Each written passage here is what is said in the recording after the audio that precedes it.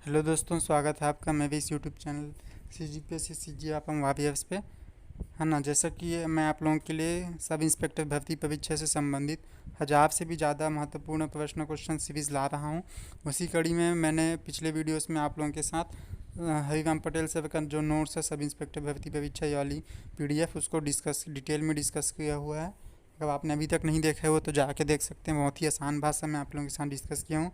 और इस वीडियो में नक्सलवाद के जो top 100 question Hariram Patel sir के द्वारा जो सेलेक्टेड किए गए हुए हैं वो क्वेश्चन को आपके साथ डिस्कस कर रहा हूँ। अगर आप इस 100 क्वेश्चन की भी अच्छे से कर लेते हैं तो इससे ज़्यादा बाहर आपको जाने की ज़रूरत नहीं पड़ेगी। ठीक है दोस्तों, मेरा ये वीडियो लाने का प्रयास यही है कि जो लोग बाहर दूर दराज एरिया में रहते हैं, जो स्टूडेंट्स कोचिंग आसानी से ले नहीं पाते, उन तक फ्री ऑफ कॉस्ट मैं उनके लिए कुछ कर पाऊँ। ठीक है दोस्तों, तो अगर चैनल आपको अच्छा लगे, मेरा इस प्रयास आपको अच्छा लगे तो इसको ज़्यादा से ज़्यादा लोगों तक शेयर कीजिएगा ताकि ज़्यादा से ज़्यादा लोग इस चीज़ का लाभ ले सकें। ओके दोस्तों, तो बिना समय गंवाए चालू करते हैं। ज़्यादा टाइम वेस्ट नहीं करेंगे, हम इस वीडियो में डायरेक्ट टू द पॉइंट बात करेंगे। और अगर अच्छा लगे तो प्लीज़ चैनल को सब्सक्राइब कीजिएगा और शेयर कीजिएगा। स्टार्ट करते हैं दोस्तों। पहला क्वेश्चन है हमारा, हरिराम पटेल सर ने बहुत ही अच्छे से फ्रेम किया हुआ है क्वेश्चन को। पहला क्वेश्चन, नक्सलवाद जैसे चरमपंथ का विकास एशिया के किन देशों में नहीं हुआ, है ना। नहीं हुआ पूछा है ये, इसी को आपको ध्यान देना है। हड़बड़ी में आपको गलती नहीं करना, नहीं हुआ है पूछा है तो इसका जो राइट आंसर है डी, थाईलैंड, है ना। कंबोडिया में हुआ है, नेपाल में हुआ है, म्यांमार में हुआ है, थाईलैंड में नहीं हुआ है। व्याख्या भी दी है हरिराम पटेल सर ने। इसमें व्याख्या दी है कि संपूर्ण एशिया में नक्सलवाद या चरमपंथी आंदोलन भारत, नेपाल, म्यांमार और कंबोडिया में सक्रिय रहा। ठीक है। अगला क्वेश्चन, नक्सलवाद को एक अन्य नाम से संबोधित नहीं किया जाता। ठीक है, नक्सलवाद को एक अन्य नाम से संबोधित नहीं किया जाता, बताइए। ऑप्शन है माओवाद, चरमपंथ, वामपंथ या माओवाद, चरमपंथ, वामपंथ या दक्षिणपंथ। तो इसका जो राइट आंसर है डी, दक्षिणपंथ, है ना। इसका माओवाद भी बोलते हैं, चरमपंथी भी बोलते हैं, वामपंथी भी बोलते हैं। इसको दक्षिणपंथ नहीं बोलते। आपने न्यूज़ वगैरह में सुना होगा, अधिकतर न्यूज़ में इसको बोला जाता है। भारत में नक्सलवाद की पृष्ठभूमि मापी मानी जाती है, यानी नक्सलवाद का पृष्ठभूमि मानी जाती है ब्रिटिश सामंतवादी संरचना, भारत में कम्युनिस्टों का दबदबा, अत्यधिक राष्ट्रवाद या उपरोक्त सभी। तो ये अच्छा क्वेश्चन है, आपको फंसाया जा सकता है इसमें। ऐसा लगेगा कि उपरोक्त सभी होगा, बट ऑप्शन ए आएगा इसका राइट आंसर।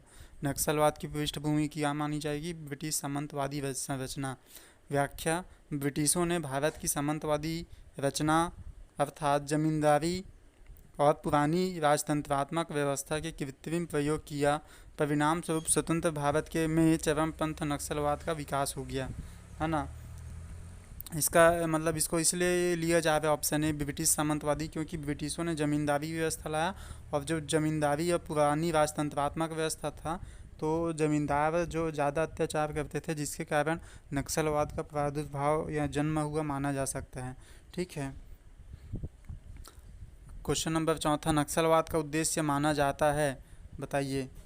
नक्सलवाद का कार्ल मार्क्स की साम्यवाद की स्थापना, समानता की स्थापना, माओ जैसे चीनी क्रांति का प्रयास या उपरोक्त सभी। तो नक्सलवाद का जो मेन उद्देश्य माना जाता है वो है सी, माओ जैसे चीनी क्रांति का प्रयास। ठीक है दोस्तों, काफ़ी अच्छे अच्छे क्वेश्चन फ्रेम किए गए हैं सर के द्वारा। आगे देखिए, नक्सलवाद के आरंभ में नक्सलवाद के समर्थक वर्ग थे। क्वेश्चन नंबर 5, नक्सलवाद के आरंभ में नक्सलवाद के समर्थक वर्ग थे कौन। छोटे किसान व बटाईदार मजदूर, असंगठित मजदूर, जमींदार या उपरोक्त सभी, है ना। इसमें भी आपको लग रहा होगा उपरोक्त सभी, लेकिन आरंभ में बोला है, आरंभ में नक्सलवाद के समर्थक केवल ऑप्शन है छोटे किसान व बटाईदार थे। ठीक है। अगला क्वेश्चन, क्वेश्चन नंबर 6, नक्सलवाद के विकास को अनजाने ही सहयोग किया गया, किसके द्वारा। कम्युनिस्ट पार्टी ऑफ इंडिया द्वारा, CPI माओवादी लेनिनवादी, इंडियन नेशनल कांग्रेस या उपरोक्त सभी। तो इसका जो राइट आंसर है ऑप्शन है कम्युनिस्ट पार्टी ऑफ इंडिया द्वारा। ठीक है। अगला ये इसका व्याख्या भी देख लीजिए, बहुत ही इंपॉर्टेंट है। CPI भारत की ऐसी पार्टी थी, CPI भारत की ऐसी पार्टी थी जो साम्यवाद, CPI भारत की ऐसी पार्टी थी जो साम्यवाद व समाजवाद की समर्थक थी। आरंभ में चारू मजूमदार उसके सदस्य थे, इसलिए सीपीआई को अनजाने में नक्सलवाद का समर्थक माना जाता है। इसको हमने थ्योरी क्लास में डिटेल में देखा भी है, पिछले इसके वीडियो को अगर आपने नहीं देखा है तो उसमें जा देख सकते हैं, मैंने इसको डिटेल में समझाया भी हुआ है। ठीक है, अगला क्वेश्चन नंबर 7, नक्सलवाद स्थापना की घटना पूर्व पीढ़ी की मानी जाती है।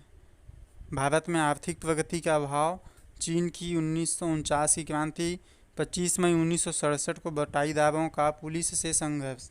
तो नक्सलवाद स्थापना की घटना पूर्व पीढ़ी इसी को माना जाता है, ऑप्शन सी को। ठीक है, 25 मई 1967 को बटाईदारों का पुलिस से संघर्ष। व्याख्या भी दी है, आप पढ़ सकते हैं इसको। ठीक है, और अगला क्वेश्चन 8वां, नक्सलवाद के संस्थापक आरंभिक नेता नहीं थे। नक्सलवाद के संस्थापक आरंभिक नेता नहीं थे, तो इसका जो राइट आंसर है बी, सत्यनारायण सिंह। यानी चारू मजूमदार, जंगल संथाल और कान्हू संथाल थे, सत्यनारायण सिंह नहीं थे। आरंभिक नेता पूछा है, ये सत्यनारायण सिंह आपके बाद में आए होंगे। ठीक है, देखिए बताया गया सत्यनारायण सिंह बाद में आए थे इन्होंने। सत्यनारायण सिंह ने 1971 में सीपीआई एमएल ने अलग होकर सीपीआई एसएनजी का गठन किया था, है ना। तो अगला क्वेश्चन है क्वेश्चन नंबर 9, सीपीआई एमएल की स्थापना चारू मजूमदार ने की थी, कब की थी? तो इसका जो राइट आंसर है बी, 22 अप्रैल 1969 में। ठीक है, चारू मजूमदार ने, व्याख्या देखिए, चारू मजूमदार ने 22 अप्रैल 1969 को सीपीआई एम से अलग होकर सीपीआई एमएल की स्थापना दार्जिलिंग के नक्सल बाड़ी गांव में की थी। ठीक है, एम और एम से हट के एम एल जुड़ गया है। ठीक है, डेट याद रखिएगा और नाम याद रखिएगा, इंपॉर्टेंट है। 10वां, सीपीआई एमएल की स्थापना का समर्थन किस देश ने किया था? ऑप्शन इसका जो राइट आंसर है चीन। ठीक है, व्याख्या, चीन ने भारत के इस चरमपंथी संगठन का घोषित रूप से समर्थन किया था। म्यांमार, क्यूबा, रूस इससे दूर थे। अगला क्वेश्चन 11वां, किन राज्यों ने नक्सलवाद को लेफ्ट एडवेंचरिज्म कहकर कार्यवाहियाँ की थी? तो इसका जो राइट आंसर है डी, केरल और पश्चिम बंगाल।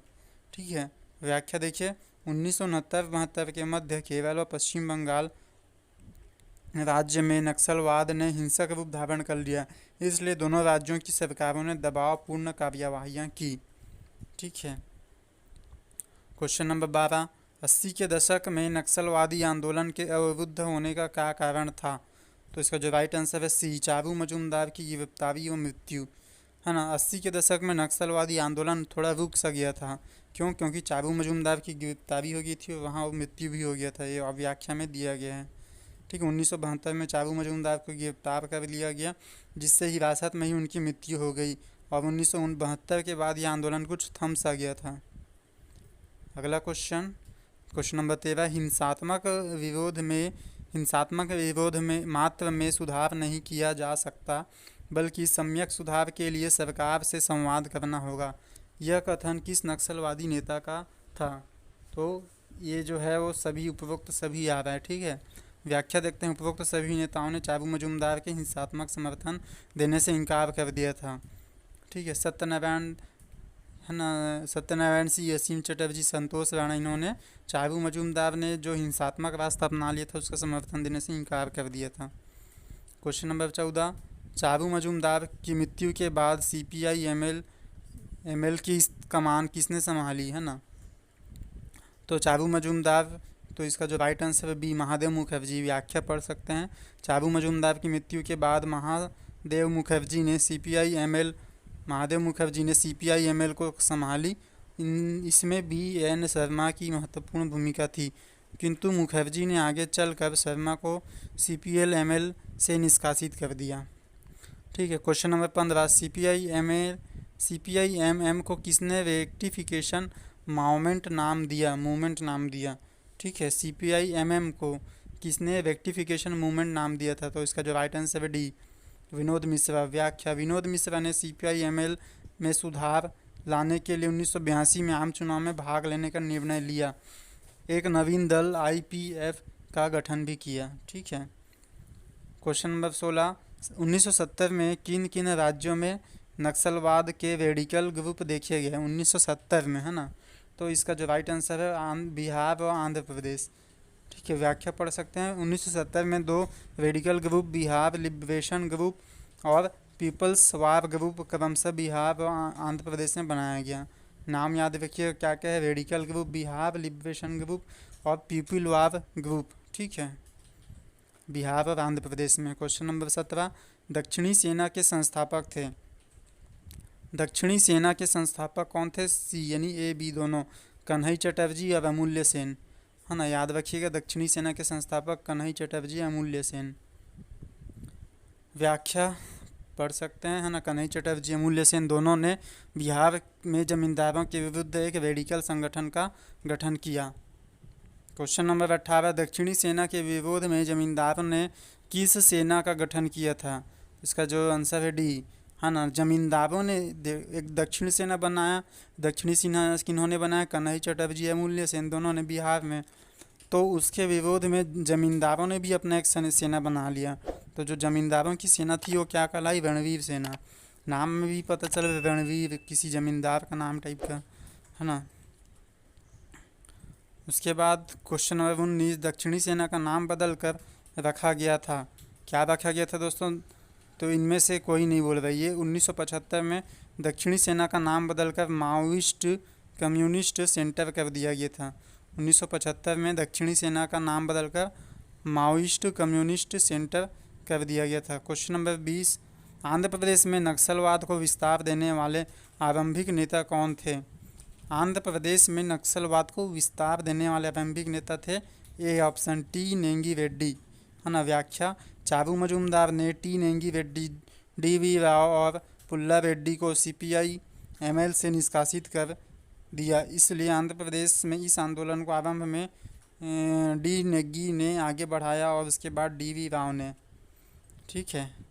क्वेश्चन नंबर 21, आंध्र प्रदेश के नक्सलवाद को शेष देश के नक्सलवाद से पृथक माना जाता है।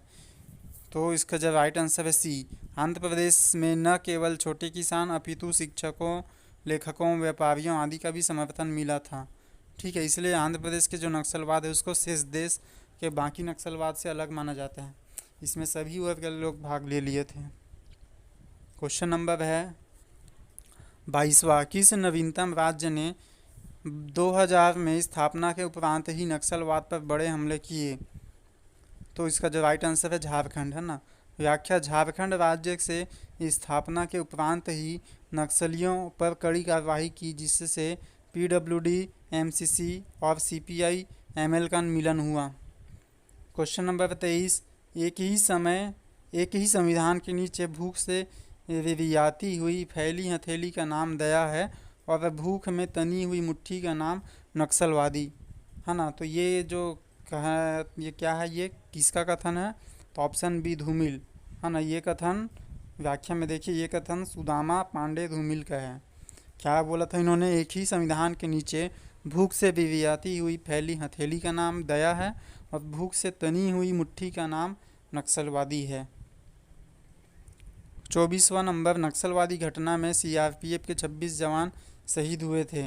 मतलब कहने का मतलब है कौन से नक्सलवादी घटना में सीआरपीएफ के 26 जवान शहीद हुए थे? डी, दंतेवाड़ा। ठीक है, व्याख्या देखिए, 2010 में नक्सलियों द्वारा दंतेवाड़ा में बड़ा हमला हुआ था जिसमें 26 सीआरपीएफ जवान शहीद हुए थे।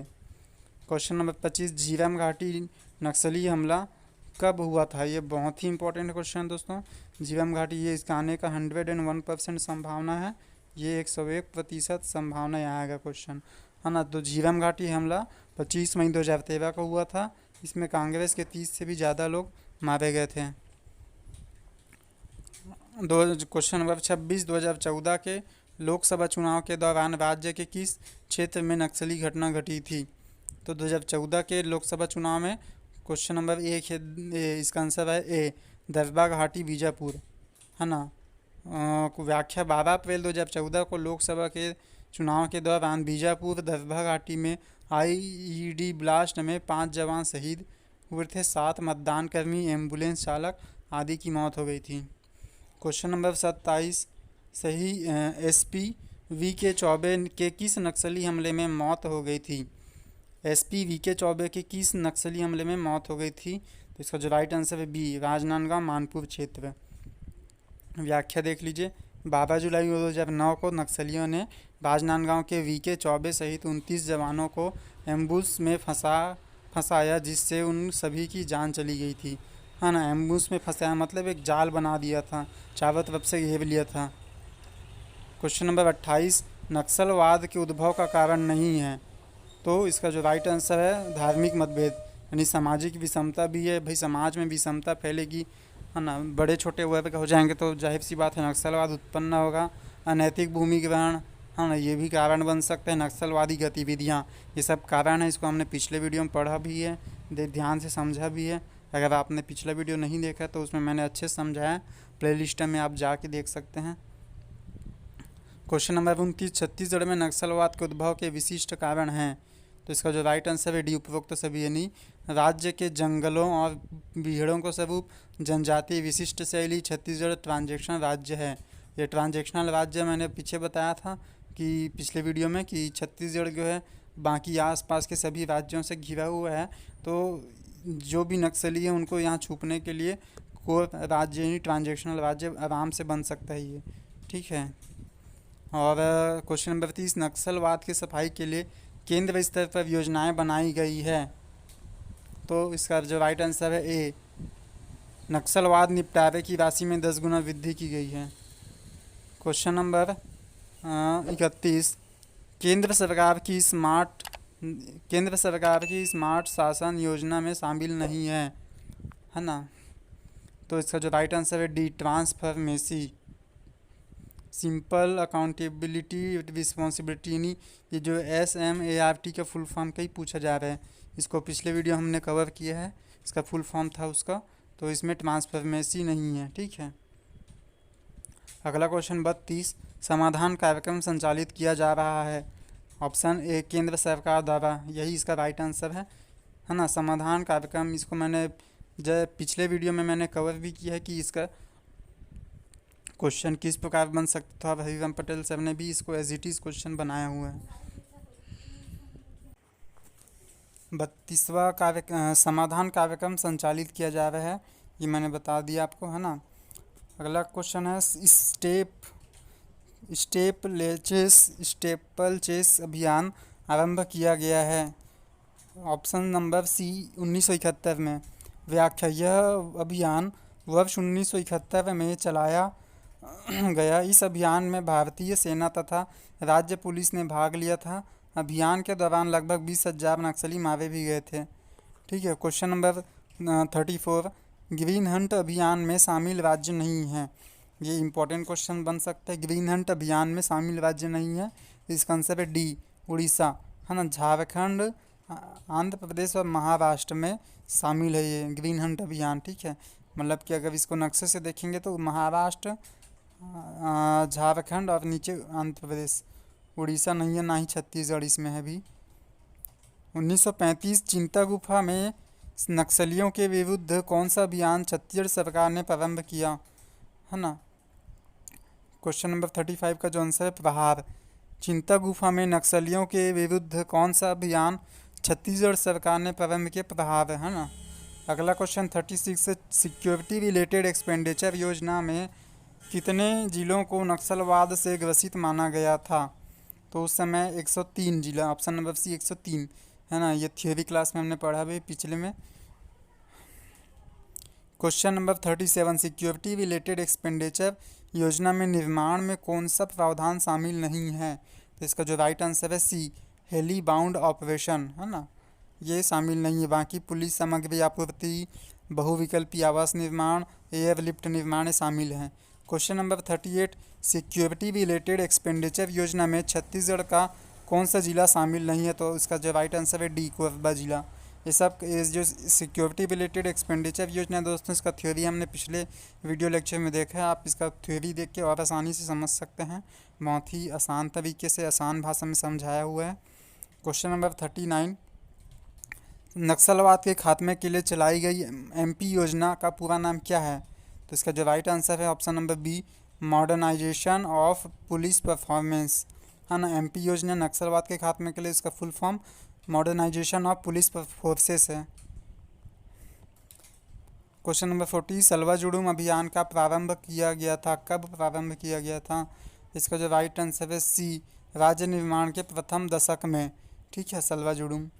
क्वेश्चन नंबर 41, बस्तर बटालियन के निर्माण का उद्देश्य नहीं है, सॉरी उद्देश्य है। बस्तर बटालियन के निर्माण का उद्देश्य क्या है? तो बस्तर में नक्सलवाद का सफाया करना, बेरोजगारों को रोजगार प्रदान करना, बस्तर पुलिसिंग को मजबूती प्रदान करना, और तो उपरोक्त सभी। तो इसका जो राइट आंसर है उपरोक्त सभी है ना। बस्तर बटालियन हाल ही में बनाया गया, ये केंद्र सरकार द्वारा बनाया गया है और ये काफ़ी चर्चा में भी है। क्वेश्चन नंबर 42, नक्सल पीड़ितों की शिक्षा के लिए योजना संचालित की जा रही है। नक्सल पीड़ितों की शिक्षा के लिए कौन सी योजना है? मुख्यमंत्री बाल भविष्य योजना। ये योजना बहुत ही इम्पोर्टेंट है, इसको ऑप्शन से क्वेश्चन फ्रेम कर देगा कि मुख्यमंत्री बाल भविष्य योजना किस चीज़ के लिए है। तो ये नक्सल पीड़ितों की शिक्षा के लिए योजना है ना। बाल भविष्य है, ऑप्शन में क्वेश्चन में ही देख सकते हैं, मुख्यमंत्री बाल भविष्य यानी बच्चों के भविष्य के लिए। अगला क्वेश्चन 43, मुख्यमंत्री बाल भविष्य योजना के तहत संचालित प्रयास विद्यालयों की संख्या, यानी प्रयास विद्यालय कितने हैं? 9 ठो। अभी देखिए बाल भविष्य किस चीज़ के लिए? शिक्षा के लिए है। तो शिक्षा लोग कहाँ करेंगे? विद्यालय में। विद्यालय यानी कौन से विद्यालय? प्रयास विद्यालय। और कितने प्रयास विद्यालय? 9 ठो। ठीक है। क्वेश्चन नंबर 44, पूना नारकोम अभियान चलाया जा रहा है। पूना नारकोम अभियान बहुत ही इंपॉर्टेंट है, ये option number C, Sukma police द्वारा। ठीक है। क्वेश्चन नंबर 45, दुर्गा फाइटर्स में महिला कमांडो की संख्या है। दुर्गा फाइटर्स में महिला कमांडो की संख्या कितनी है? Question number D, sorry option number D 32। ठीक है, दुर्गा फाइटर्स में महिला कमांडो की संख्या 32 है। क्वेश्चन नंबर 46, दंतेश्वरी फाइटर्स दस्ता संचालित है। तो दंतेश्वरी फाइटर्स दस्ता ये संचालित है राज्य सरकार द्वारा। ठीक है। क्वेश्चन नंबर 47, घर वापस आइए अभियान संबंधित है। घर वापस आइए, तो ये है लोन वर्राटू से, है ना। लोन वर्राटू गोड़ी भाषा का शब्द है जिसका हिंदी में अर्थ होता है घर वापस आइए अभियान। मतलब नक्सलवाद में जितने जुड़ गए हैं उन लोगों को घर वापस आइए करके अभियान चलाया गया है ताकि वो नक्सलवाद छोड़ के आ सके। क्वेश्चन नंबर 48, बस्तर बटालियन का निर्माण किस अधिनियम द्वारा किया गया? तो इसका जो राइट आंसर है बी, सहायक सशस्त्र पुलिस बल अधिनियम 2011 के तहत, है ना। नक्सलवादी पुनर्वास समिति के अध्यक्ष होते हैं। क्वेश्चन नंबर 49, नक्सलवादी पुनर्वास समिति के अध्यक्ष कौन होते हैं? तो इसका आंसर है सी, जिला कलेक्टर। ठीक है। क्वेश्चन नंबर 50, नक्सलवादी अंतर्विभागीय समिति कार्यरत होती है। नक्सलवादी अंतर्विभागीय समिति कार्यरत होती है डी, राज्य स्तर पर। नक्सलवादी, ये इम्पोर्टेंट है ये क्वेश्चन, नक्सलवादी अंतर्विभागीय समिति कार्यरत होती है राज्य स्तर पर। इसको आप एकदम अच्छे से याद रख लीजिएगा। क्वेश्चन नंबर 51, पुनर्व्यवस्थापन प्रकरण नियंत्रण की अवधि है। पुनर्व्यवस्थापन प्रकरण नियंत्रण की अवधि है 60 दिन। मतलब जो नक्सली सरेंडर कर लेते हैं उनको वापस पुनर्व्यवस्थापन करने के लिए जो प्रकरण है वो 120 दिन। ठीक है। क्वेश्चन नंबर 42, AK-47 राइफल के साथ समर्पण किए जाने पर नक्सलियों को देय राशि कितनी है? अगर कोई नक्सली AK-47 राइफल के साथ समर्पण करता तो उसे कितना रुपये देने का प्रावधान है? 2 लाख रुपये। ठीक है। क्वेश्चन नंबर 53, पुनर्वास योजना का लाभ प्रदान किया जाता है। ऑप्शन नंबर डी, नक्सली दंपतियों में से किसी एक को। पुनर्वास योजना का लाभ, अगर मान लो नक्सली दंपति में पति पत्नी दोनों अगर नक्सली गतिविधियों से संबंधित है तो उनमें से किसी एक को ही ये इसका लाभ मिलेगा। ठीक है। क्वेश्चन नंबर 54, नक्सल विरोधी अभियान में विशेष सहयोग करने पर नक्सलियों को तत्कालिक लाभ दी जाती है। ये है ऑप्शन नंबर बी, 5000। ठीक है। नक्सल विरोधी अभियान में विशेष सहयोग देने पर, है ना। ये सब हमने पिछले वीडियो में पढ़ा हुआ है दोस्तों, आप डिटेल में उसको जाके समझ सकते हैं मेरे पिछले वीडियो पे। क्वेश्चन नंबर 55, आत्मसमर्पित महिला नक्सलियों को इस विभाग के तहत आत्मनिर्भर बनाया जाता है। तो ये है सी, कुटीर उद्योग विभाग। मतलब अब जो महिला नक्सली है वो अगर आत्मसमर्पण कर देते हैं तो अब उनके आगे रोजगार के लिए क्या किया जाता है? उनको कुटीर उद्योग विभाग में प्रशिक्षण दिया जाता है। ठीक है, ताकि वे आत्मनिर्भर भी बन सकें। क्वेश्चन नंबर 56 है, नक्सलियों के शिक्षित पुत्र पुत्रियों की आरक्षक पद हेतु मापदंड में छूट दी जाती है। तो इसका जो राइट आंसर है डी, पुलिस महानिरीक्षक की सहमति से। ठीक है। क्वेश्चन नंबर 57, नक्सली घटना में मृतक परिवार के बच्चों को निःशुल्क आश्रय सुविधा प्रदान की जाती है। तो यह 18 वर्ष से कम उम्र के बच्चों को निःशुल्क आश्रय सुविधा प्रदान की जाती है। क्वेश्चन नंबर है 58, नक्सलवादी पुनर्वास अनुदान की शर्तों में शामिल नहीं है। नक्सलवादी पुनर्वास अनुदान की शर्तों में शामिल नहीं है। तो इसका जो राइट आंसर है डी, नक्सली के अभियान, है ना, नक्सली के अभियान शामिल नहीं है। मतलब नक्सलवादी पुनर्वास अनुदान की शर्त है कि नक्सली की उम्र देखी जाएगी, नक्सली की शिक्षा, सामाजिक आर्थिक पृष्ठभूमि, लेकिन नक्सली के अभियान नहीं देखा जाएगा क्योंकि इसकी इस अभियान में शामिल था। क्वेश्चन नंबर 59 है, नक्सल पीड़ित व्यक्ति से आशय क्या है। नक्सल पीड़ित व्यक्ति से आशय है कि नक्सली हमले में पुलिस सहायता में शामिल व्यक्ति, नक्सल पीड़ित व्यक्ति मतलब नक्सली हमले में हत्या की गई परिवार के सदस्य। ऑप्शन बी, नक्सली हमले में पुलिस सहायता में शामिल व्यक्ति। ऑप्शन सी, नक्सली हमले में आंशिक क्षति, या उपरोक्त सभी। तो इसका जो राइट आंसर उन्होंने बी लिया है हरिओम पटेल ने, नक्सली हमले में पुलिस सहायता में शामिल व्यक्ति। इसको आप नक्सल पीड़ित व्यक्ति कैसे बोल सकते हैं, मुझे ये क्वेश्चन थोड़ा सा डाउटफुल है, बाकी आप देख लीजिएगा अपने से। क्वेश्चन नंबर 60, राज्य स्तर पर कौन सा अभियान मिलिट्री के तौर पर शामिल नहीं है। ठीक है, राज्य स्तर पर कौन सा अभियान मिलिट्री के तौर पर शामिल नहीं है। ठीक है दोस्तों, तो ये राज्य स्तर पर कौन सा अभियान मिलिट्री के तौर पर शामिल नहीं है। तो इसका जो राइट आंसर है डी, उपरोक्त में से कोई नहीं। मिलिट्री के तौर पर बोला है इसीलिए इसका, और राज्य स्तर पर बोला है ना, तो इसीलिए इसका जो राइट आंसर है डी, उपरोक्त में से कोई नहीं लिया है। क्वेश्चन नंबर 61, नक्सल प्रभावित क्षेत्रों में के लिए रोशनी कार्यक्रम चलाया जा रहा है। ये रोशनी कार्यक्रम बहुत ही इंपॉर्टेंट है, इससे क्वेश्चन आना सम एकदम 100% श्योर है। तो इसका जो राइट आंसर है ग्रामीण विकास मंत्रालय द्वारा। ठीक है, रोशनी कार्यक्रम चलाया जा रहा है ग्रामीण विकास मंत्रालय द्वारा। अगला क्वेश्चन नंबर 62, राज्य की कौन सी नीति में नक्सलवाद को कम करने के लिए 50% स्थानीय श्रमिकों का प्रावधान है। इसका जो राइट आंसर है ऑप्शन नंबर बी, वन नीति, है ना। राज्य की कौन सी नीति में नक्सलवाद को कम करने के लिए 50% स्थानीय श्रमिकों का प्रावधान है वन नीति में। मतलब कि वन नीति में कम से कम 50% स्थानीय श्रमिकों को शामिल किया जाना है, ऐसा प्रावधान किया गया है। क्वेश्चन नंबर 63, नक्सलवादी किस विचारधारा से प्रभावित हैं। तो नक्सलवादी किस विचारधारा से प्रभावित हैं बोला रहे हैं। तो मार्क्सवाद, लेनिनवाद, माओवाद, अब इनमें से कोई नहीं। तो इनमें से कोई नहीं। अब आपको लग रहा होगा कि ये क्यों होगा, तो हमने शुरू में क्वेश्चन पढ़ा था, वो थे चीनी के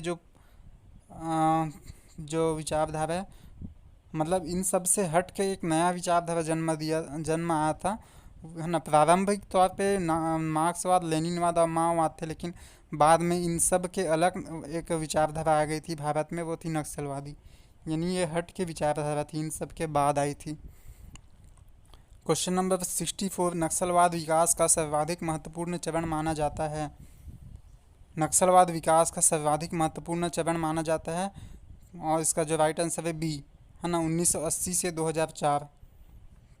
इस समय ज़्यादा फला फूला था नक्सलवाद विकास, है ना। किस प्रधानमंत्री ने नक्सलवाद को सबसे बड़ी आंतरिक सुरक्षा को चुनौती कहा था।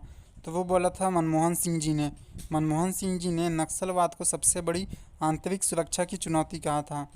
क्वेश्चन नंबर 66 से 1970 में नक्सलवाद को आंध्र प्रदेश में किसने पुनः स्थापित किया था। तो जो राइट आंसर है ऑप्शन है वोडापल्ली सीतारामैया, वी सीतारामैया। इसने 1970 में नक्सलवाद को आंध्र प्रदेश में पुनः स्थापित किया था। क्वेश्चन नंबर 67, नक्सलवाद में छत्तीसगढ़ में विशिष्ट कारण क्या है। नक्सलवाद में छत्तीसगढ़ में विशिष्ट कारण है ऑप्शन डी, है ना, जनजाति जीवन शैली।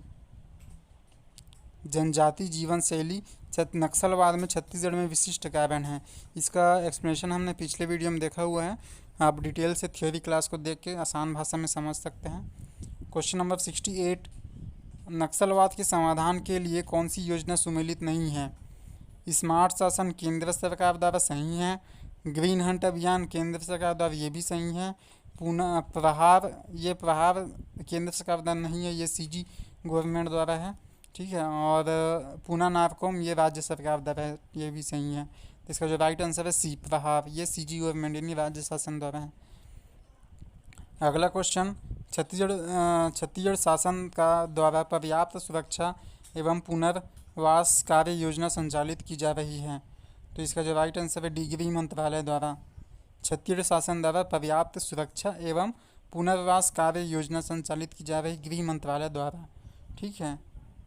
अगला क्वेश्चन 70, छत्तीसगढ़ सरकार नक्सलवाद सुरक्षा एवं पुनर्वास कार्य योजना का आदेश जारी की गई थी।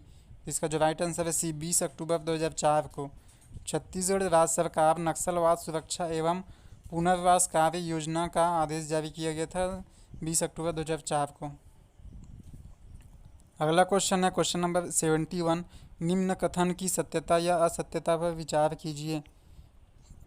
नक्सलवाद की, ऑप्शन ए है नक्सलवाद की स्पष्ट और सर्वमान्य विचारधारा है, नक्सलवाद की स्पष्ट और सर्वमान्य विचारधारा नहीं है, ऑप्शन सी नक्सलवाद मार्क्सवाद का विकृत रूप है, ऑप्शन बी उपरोक्त में से कोई कथन सत्य नहीं है। तो बताइए, इसका जो राइट आंसर है ऑप्शन बी, नक्सलवाद की स्पष्ट और सर्वमान्य विचारधारा नहीं है, ठीक है दोस्तों। क्योंकि अलग अलग जगहों पर अलग अलग तरीके से इनका वारदात किया जाता है और अलग अलग जगहों पर अलग अलग इनकी मांगें भी देखी जाती है, तो कोई स्पष्ट और सर्वमान्य विचारधारा नहीं है। क्वेश्चन नंबर 72, निम्न कथन की सत्यता या असत्यता पर विचार कीजिए। ऑप्शन है भारत में अर्बन विचारधारा का विकास 1969 से जारी है,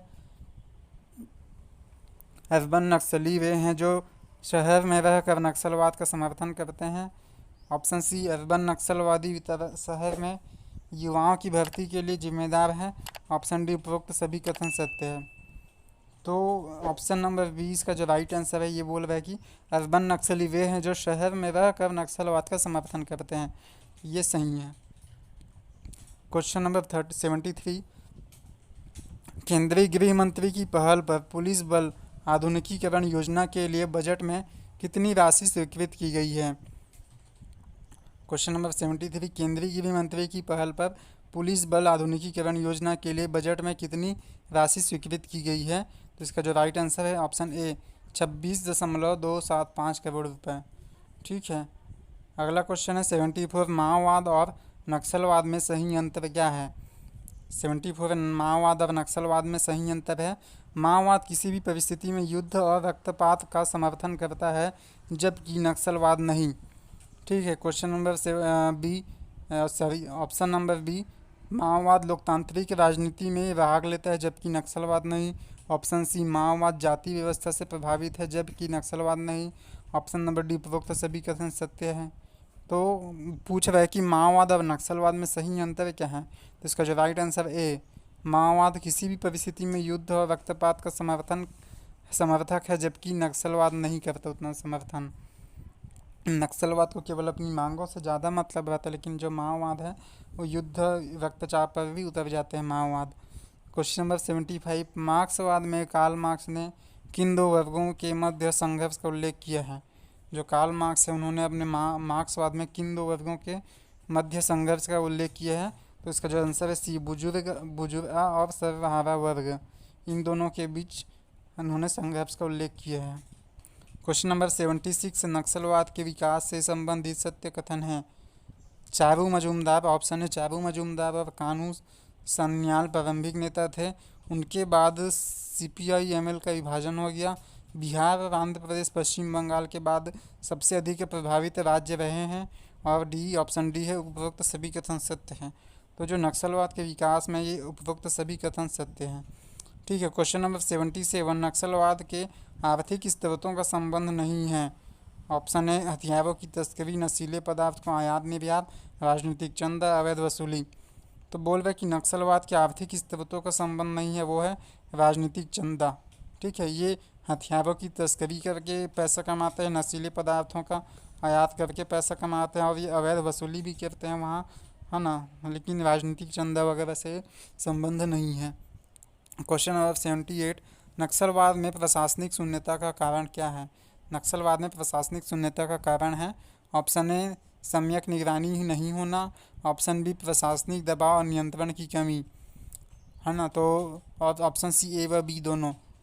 तो इसका जो राइट आंसर है हेवियम पटेल साहब ने बी लिया है कि प्रशासनिक दबाव और नियंत्रण की कमी, है ना।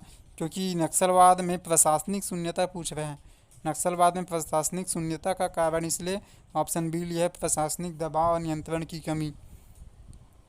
क्वेश्चन नंबर 79, पुलिस बल आधुनिकीकरण योजना के तहत कौन से बटालियन का गठन किया गया है? पुलिस बल आधुनिकीकरण योजना के तहत कौन से बटालियन का गठन किया गया है? तो वो है ऑप्शन नंबर सी ए व बी दोनों, यानी इंडिया रिजर्व बटालियन और स्पेशलाइज्ड इंडिया रिजर्व बटालियन। ठीक है। क्वेश्चन नंबर 80, सही अवधारणा क्या है?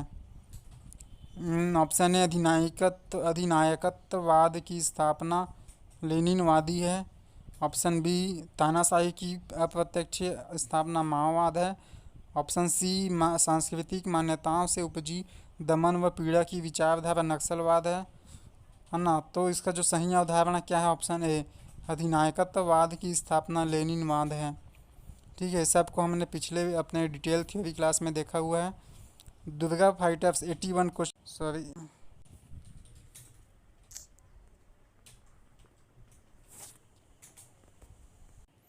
क्वेश्चन नंबर 81, दुर्गा फाइटर्स की स्थापना किस क्षेत्र में किया गया है? तो दुर्गा फाइटर्स की स्थापना है वो ऑप्शन सी सुकमा में किया गया है। ठीक है। क्वेश्चन नंबर 82, दंतेश्वरी फाइटर्स की स्थापना कब किया गया? दंतेश्वरी फाइटर की स्थापना ये ऑप्शन सी 8 मार्च 2021 को। ठीक है, ये बहुत इंपॉर्टेंट है, दंतेश्वरी फाइटर की स्थापना 8 मार्च 2021 को। क्वेश्चन नंबर 83, पूना नाविकों अभियान कब प्रारंभ किया गया? पूना नाविकों अभियान ये है ऑप्शन ए 9 अगस्त 2021 को। ये भी बहुत इंपॉर्टेंट है। क्वेश्चन नंबर 84, सलवा जुड़ूम कब प्रारंभ किया गया? सलवा जुड़ूम जो प्रारंभ किया गया दोस्तों वो है आपका 2005 में, है ना। 2005 में इसको हमने किया भी हुआ है क्वेश्चन को पहले से। क्वेश्चन नंबर 85, सलवा जुड़ूम किनके द्वारा स्थापित किया गया, है ना। तो ये थे आपके डी महेंद्र कर्मा जी, है ना, इनको बस्तर टाइगर बोलते हैं। इन्होंने सलवा जुड़ूम की स्थापना की थी। क्वेश्चन नंबर 86, सलवा जुड़ूम से क्या आशा है? तो ऑप्शन नंबर इसका सी सलवा जुड़ूम गोड़ी भाषा का शब्द है जिसका हिंदी में अर्थ है शांति की ओर लौटो, है ना। मतलब महेंद्र कर्मा जी जो बस्तर टाइगर के नाम से जाने जाते थे, इन्होंने एक अभियान चलाया था शांति की ओर लौटो करके। जितने भी नक्सली थे उनको समाज के मुख्य धारा में लाने के लिए। क्वेश्चन नंबर 87, वर्तमान में कौन से जिले को नक्सल प्रभावित क्षेत्र की सूची से हटाया गया है? तो है आपका बालोद, है ना।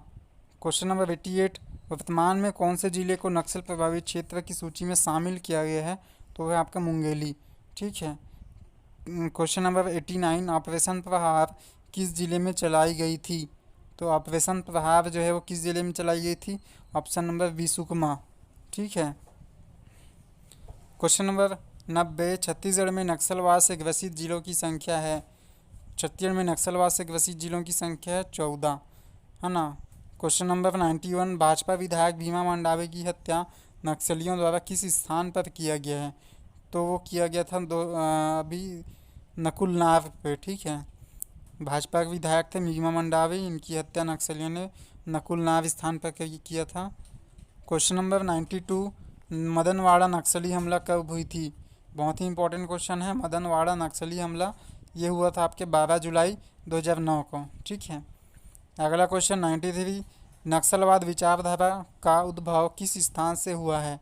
तो नक्सलवाद विचारधारा का उद्भव हुआ है नक्सलबाड़ी। मैंने अपने पहले वीडियो में बताया था इसका कि 1967 में 1967 में कलकत्ता के नक्सलबाड़ी पश्चिम बंगाल के नक्सलबाड़ी नामक गांव से हुआ था। ठीक है।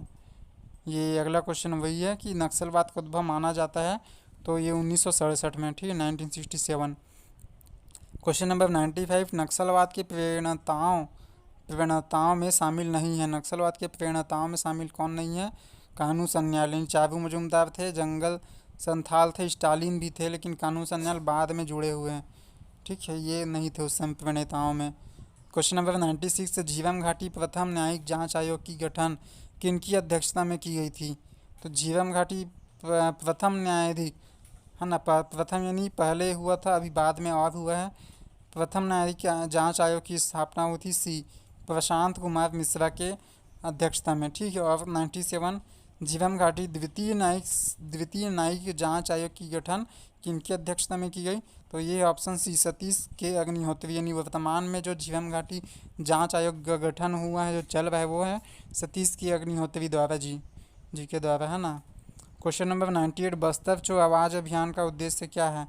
बस्तर चो आवाज़ अभियान का उद्देश्य है ऑप्शन नंबर सी, नक्सलियों के काले कारनामों को उजागर करना। ठीक है। क्वेश्चन नंबर 99, मुख्यमंत्री बाल भविष्य योजना का प्रारंभ किया गया? ऑप्शन नंबर इसका जो राइट आंसर है 2010 बी, है ना। 2010 में मुख्यमंत्री बाल भविष्य योजना, ठीक है, बताया था। ये किस चीज़ से संबंधित है? नक्सलवाद पीड़ित हमले में जो पीड़ित बच्चे हैं उनके लिए प्रयास विद्यालय स्थापित किया गया, उनकी शिक्षा के लिए। ठीक है। क्वेश्चन नंबर 100वां नंबर का, मदनवाड़ा जांच के लिए कौन से कमेटी का गठन हुआ था? मदनवाड़ा जांच के लिए कौन सी कमेटी? तो इसका जो राइट आंसर है दोस्तों, ये आपका शंभुनाथ श्रीवास्तव। ठीक है। तो दोस्तों ये था आपके टॉप 100 क्वेश्चन कंप्लीट कर दिए मैंने। हरिराम पटेल सर के जो नोट्स हैं उसको आप सब तक अवेलेबल करने का प्रयास था मेरा। जो भी दूरस्थ रहने वाले लोग बाग हैं, स्टूडेंट हैं, जो है ना कोचिंग नहीं जा पाते किसी कारण से, तो उनके लिए मैं जहाँ से जो प्रयास बन पा रहे हैं मैं आप लोगों तक पहुँचाने का कोशिश कर रहा हूँ। ठीक है दोस्तों, वीडियो अच्छा लगे तो लाइक सब कीजिएगा, सब्सक्राइब कीजिएगा और अपने दोस्तों की तरफ शेयर भी कीजिएगा। Okay, thank you.